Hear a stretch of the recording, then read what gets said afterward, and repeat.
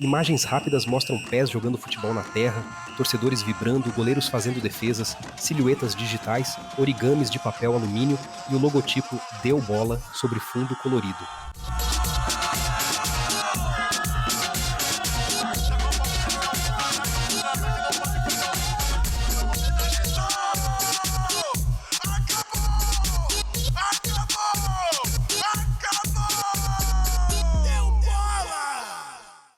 Na tela, torcidas. Ganhar ou perder, mas sempre com democracia. No caso de São Paulo, da proibição da entrada, né, das torcidas organizadas nos estádios, né? Torcidas organizadas é muito difícil uma mulher ser presidente, por exemplo, de uma torcida organizada. Primeira diretora da Leões. Que existia rivalidade. Na tela, torcidas. Mas era no jogo.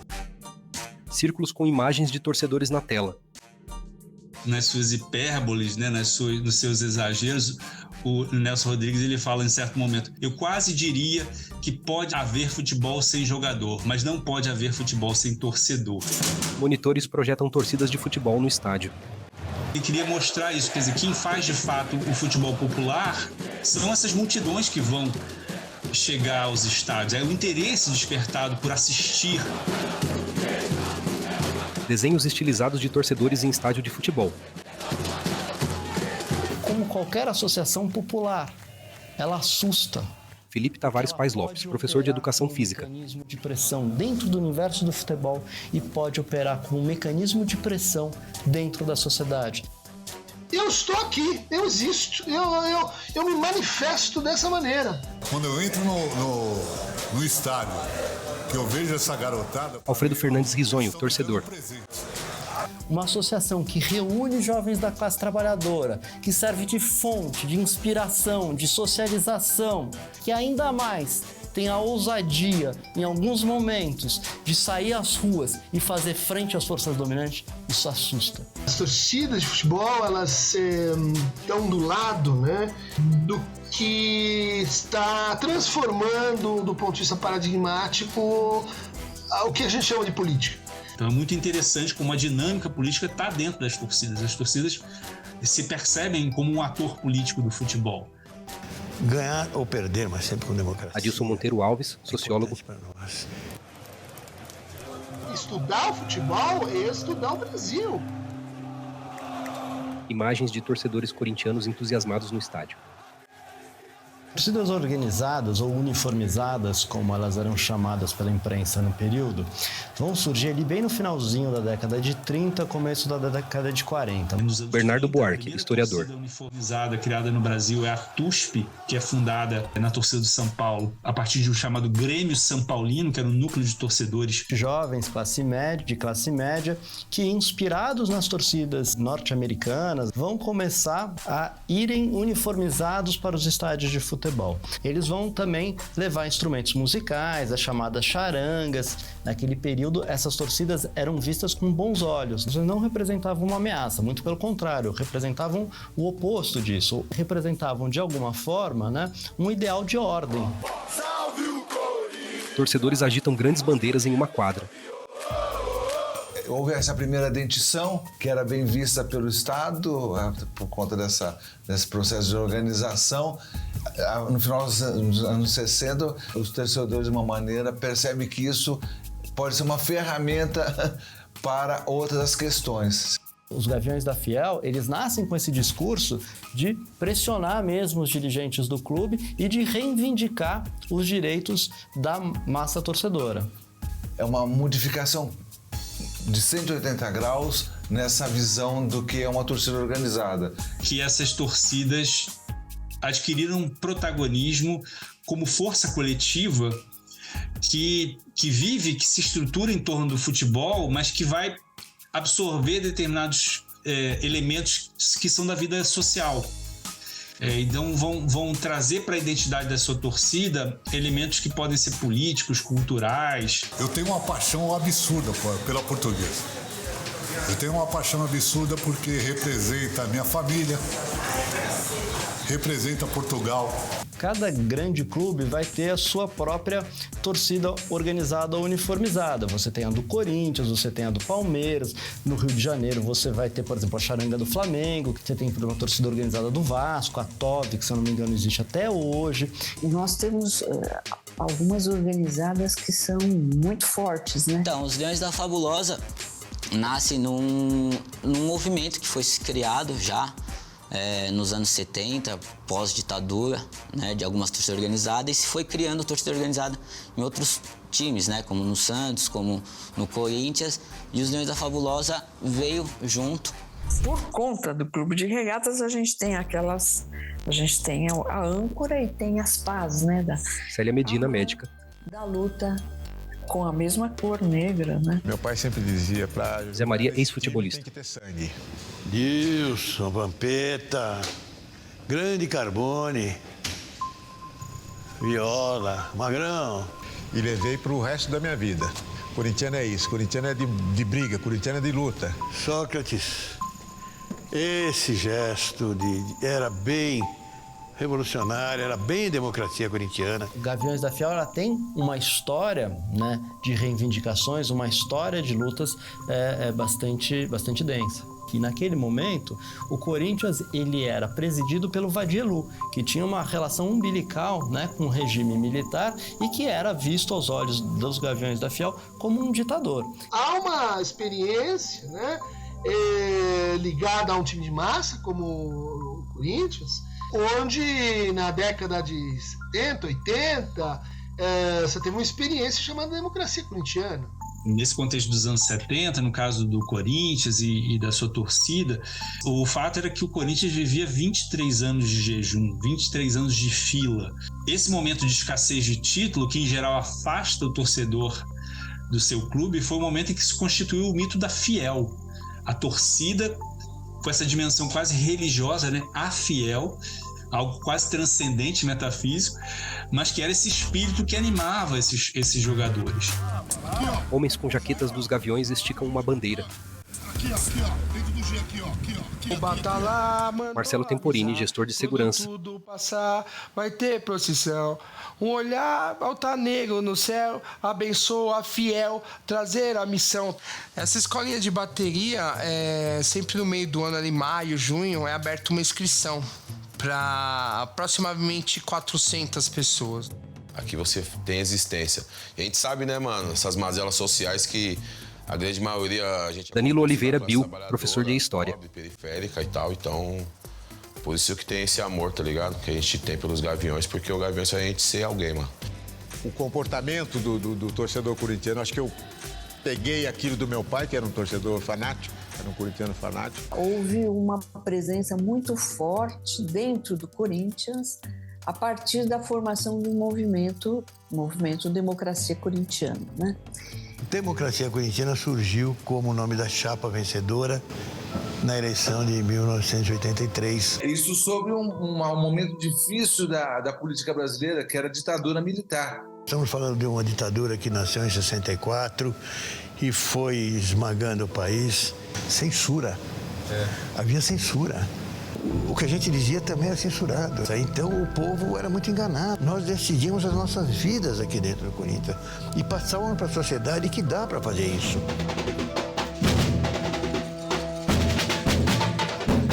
Dá para viver em liberdade.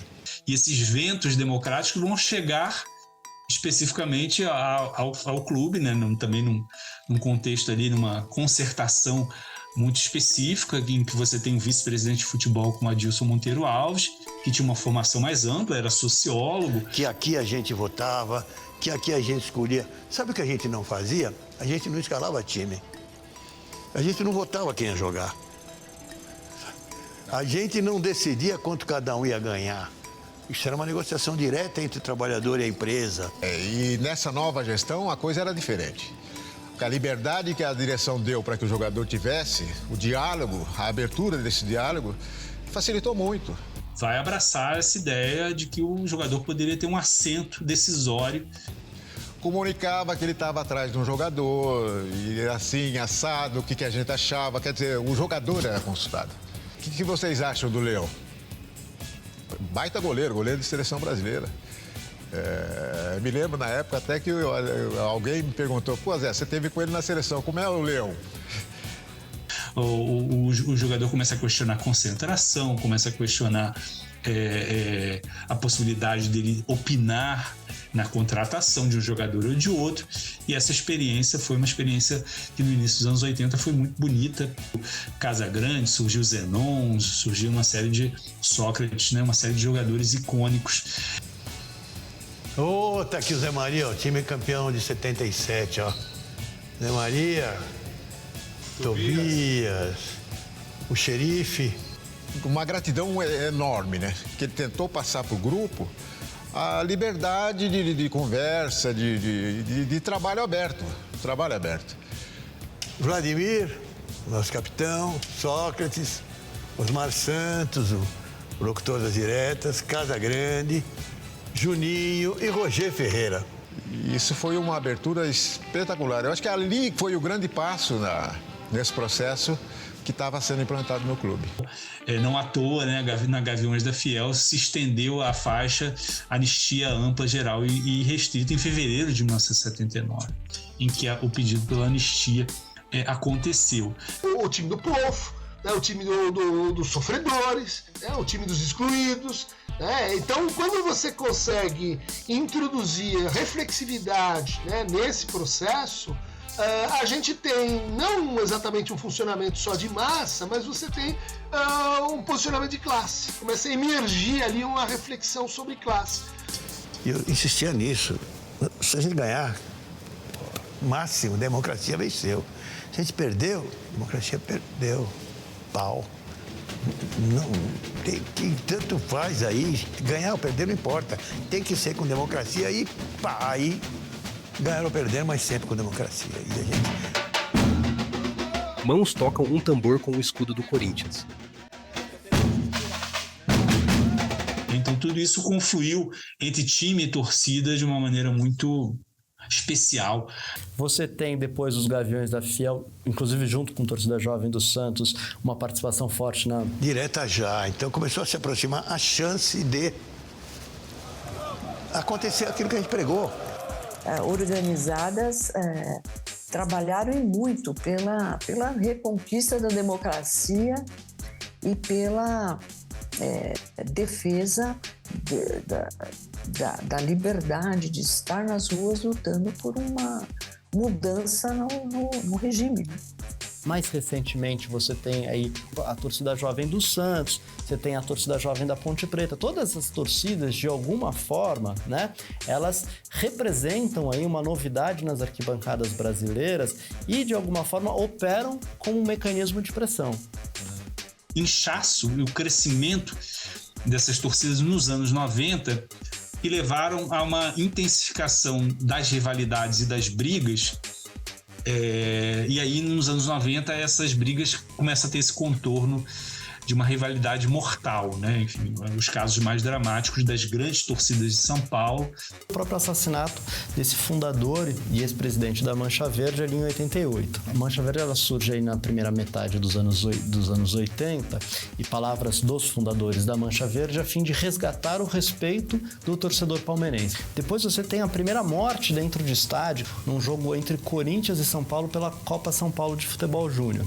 E depois você tem a famosa batalha campal do Pacaembu, que se dá entre torcedores do Palmeiras e torcedores do São Paulo, quando eles invadem ali no final do jogo o campo de jogo e se enfrentam ali com paus, pedras e outros artefatos, e resultou inclusive na morte de um torcedor. E isso foi transmitido ao vivo, então teve uma repercussão realmente enorme. Então esse imaginário de estigma da violência ele é muito forte desde os anos 90. Ele acaba sendo um círculo vicioso, porque quanto mais você fala que na torcida tem violência, mais a torcida se torna violenta. Existiam brigas nos estádios. Não adianta falar que não existia. Existia. Mas era aquela briga ali no momento e acabava ali. Chegou uma época que existia briga no estádio e passou a ser para fora do estádio. Hoje a violência nos estádios ela está muito ligada às torcidas organizadas, né? Ela é insidiosa, ela acontece nos arredores, ela se multiplica para dentro da sociedade, e isso porque você resolveu controlar ali o dentro do estádio, né? São 4% de pessoas da torcida organizada que são as pessoas que causam confusão. Luiz Cláudio do Carmo, técnico em segurança do trabalho. Identificar e eliminar esses 4% ou prejudicar todos os outros 96%. Se crê que existia rivalidade, mas era no jogo. Essa questão da violência das torcidas vai dar depois até, no caso de São Paulo, da proibição da entrada, né? Das torcidas organizadas nos estádios, né? Então, as torcidas organizadas sempre foram muito criminalizadas, né? E a gente identificou isso e tivemos que ter um ponto de referência, né? Então a Anatorg se transforma nesse ponto de referência do diálogo, da ponte entre as autoridades e as torcidas organizadas, para que não haja essa criminalização. Mas eu sempre vi a torcida uniformizada tentando ajudar. E a torcida uniformizada cresceu tanto que hoje tem escolas de samba, né?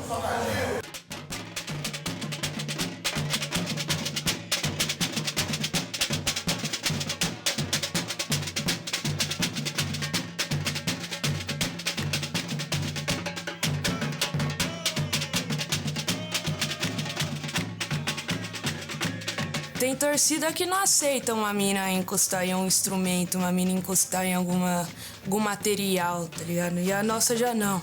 A nossa, ela abre, né, esse espaço, tipo, trazem as meninas mesmo. Os meninos tratam a gente como uma forma diferente. Imagens de torcida organizada tocando instrumentos de percussão.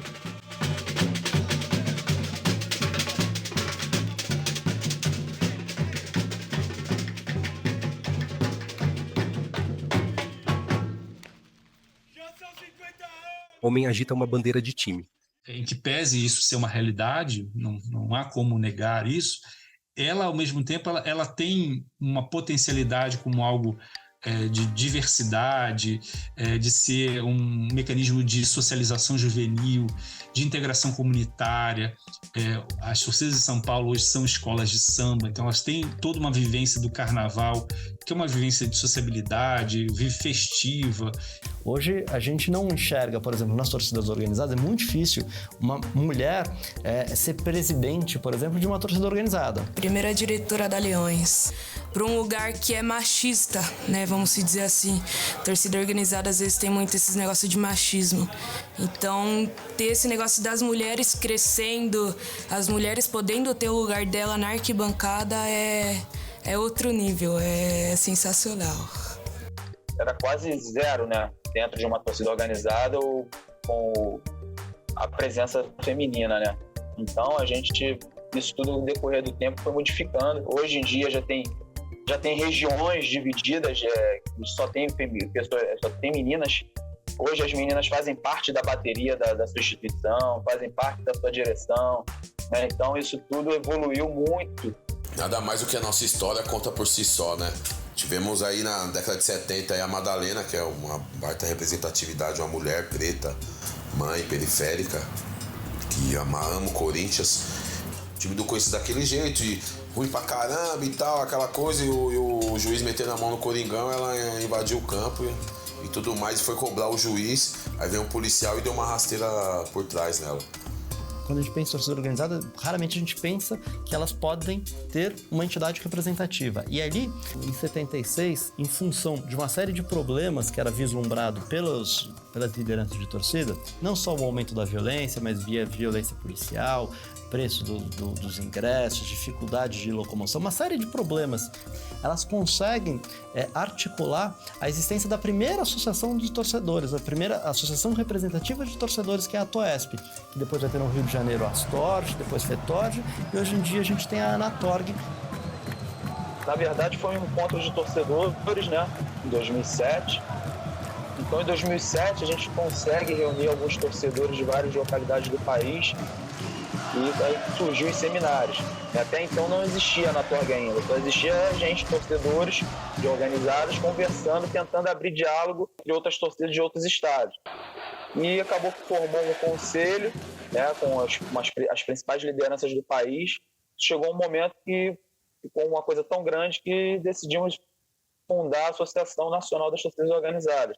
Os anos ali de 2010, eles são muito importantes porque você tem uma série de reconfigurações. Você tem aí a emergência de uma série de coletivos de torcedores que não existiam até então. Então, o CLC é um coletivo que reúne pessoas que gostam do futebol, que são corintianas e que se espelharam na luta que foi a democracia corintiana, na luta contra a ditadura de 64. Porque nós, na verdade, além de sermos mais recentes, a gente não é exatamente uma torcida organizada. É um coletivo, né? Um coletivo, é. Essas associações, esses coletivos, eles operam e têm objetivos distintos. Eles não são torcidas na medida em que o seu objetivo principal não é ir apoiar um clube, é nas ruas, onde eles vão lá, manifestam publicamente, participam de marchas antirracistas, participam de protestos, participam de passeatas, participam de uma série de coisas. Quando as pessoas veem as torcidas organizadas, elas não imaginam que vocês fazem esse tipo de ação, né? A imagem que tem das torcidas, infelizmente, é de violência, né? De disputa física. Tem uma atuação muito grande aí, por exemplo, que a gente pode chamar, entre aspas, de ações sociais. A gente tem nosso departamento social. Chega inverno, a gente faz uma campanha de agasalho, faz uma campanha de roupa. Tem as nossas meninas que fazem essa parte, fazem festa para as crianças. Em que campanhas de arrecadação de mantimentos, solidariedade em tragédias e enchentes que aconteceram em Brumadinho, em Mariana, a gente vê a mobilização das torcidas. Campanhas de agasalho, de alimentação, a gente tem trabalhado muito em apoio ao Padre Júlio, povo de rua. O que foram esses coletivos e tem sido na questão do enfrentamento da fome. E hoje, em 2023, a gente entrega em torno de 300 marmitex todo sábado. É pouco ainda, mas é o que a gente tá dentro da nossa realidade. A Gaviões distribuiu toneladas de alimentos, né, durante a pandemia. Na última década aí a gente já se colocou contra a CPI da merenda aqui em São Paulo, do estado de São Paulo. Uma série de protestos dos Gaviões da Fiel levados a cabo contra o escândalo das merendas, contra as principais forças do futebol brasileiro.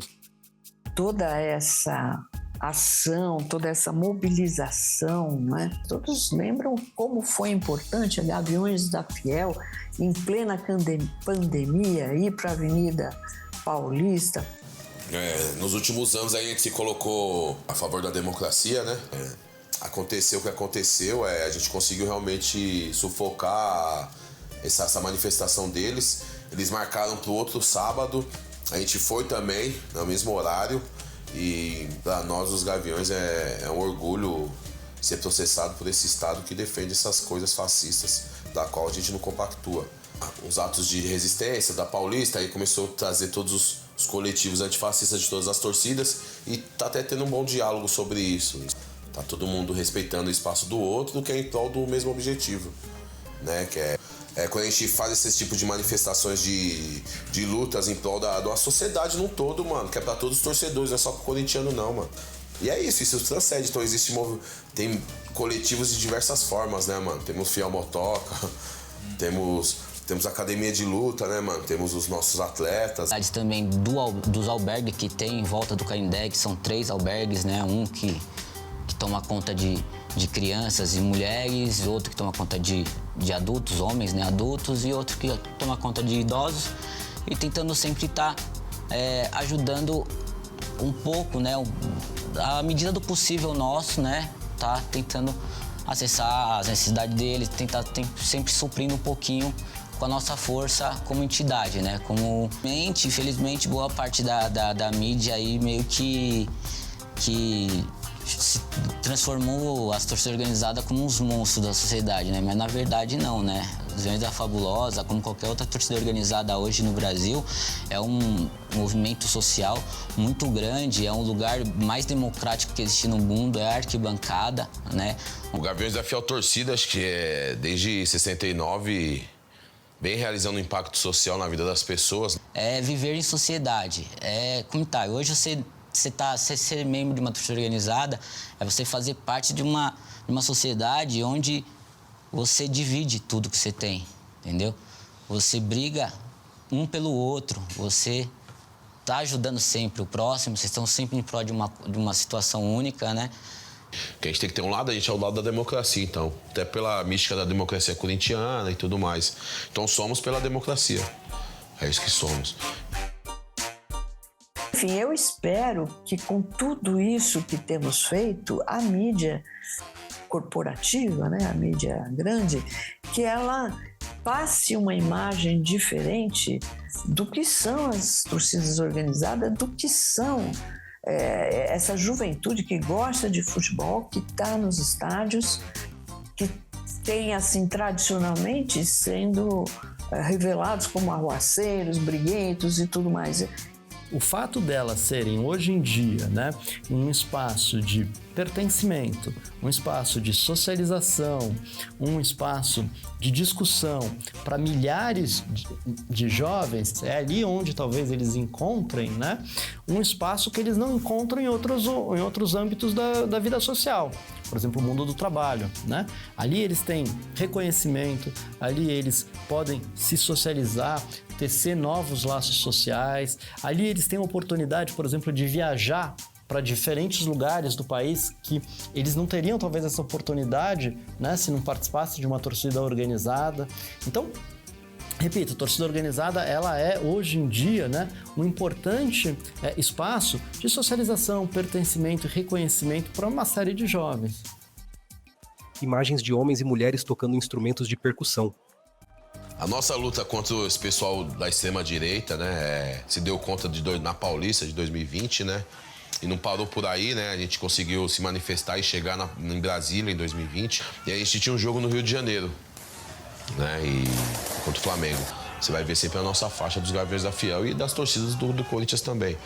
Então a gente saímos daqui em 3 ônibus e se tivesse um bloqueio, a gente chega perguntando, dá licença, por favor, que a gente quer passar.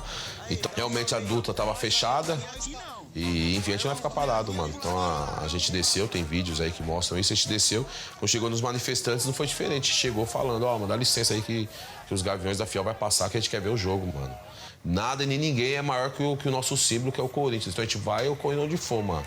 E foi isso que aconteceu, mano. Eles saíram, a gente foi ver o jogo, a gente foi e voltou.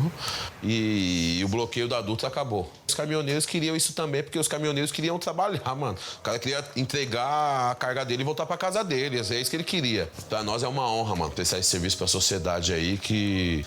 Então somos pela democracia. É isso que somos. Em branco, no canto superior esquerdo, o logo, Sesc TV. Roteiro, direção e apresentação, Miguel de Almeida. Produzido por Marcelo Braga. Produção executiva, Andréa Lanzoni, Flávia Tonalese. Direção de fotografia, Pedro Dourado, Danilo do Carmo, Bruno Risas. Direção de arte e estúdio, Carla Café. Cenógrafo e ilustrador, Werner Schultz.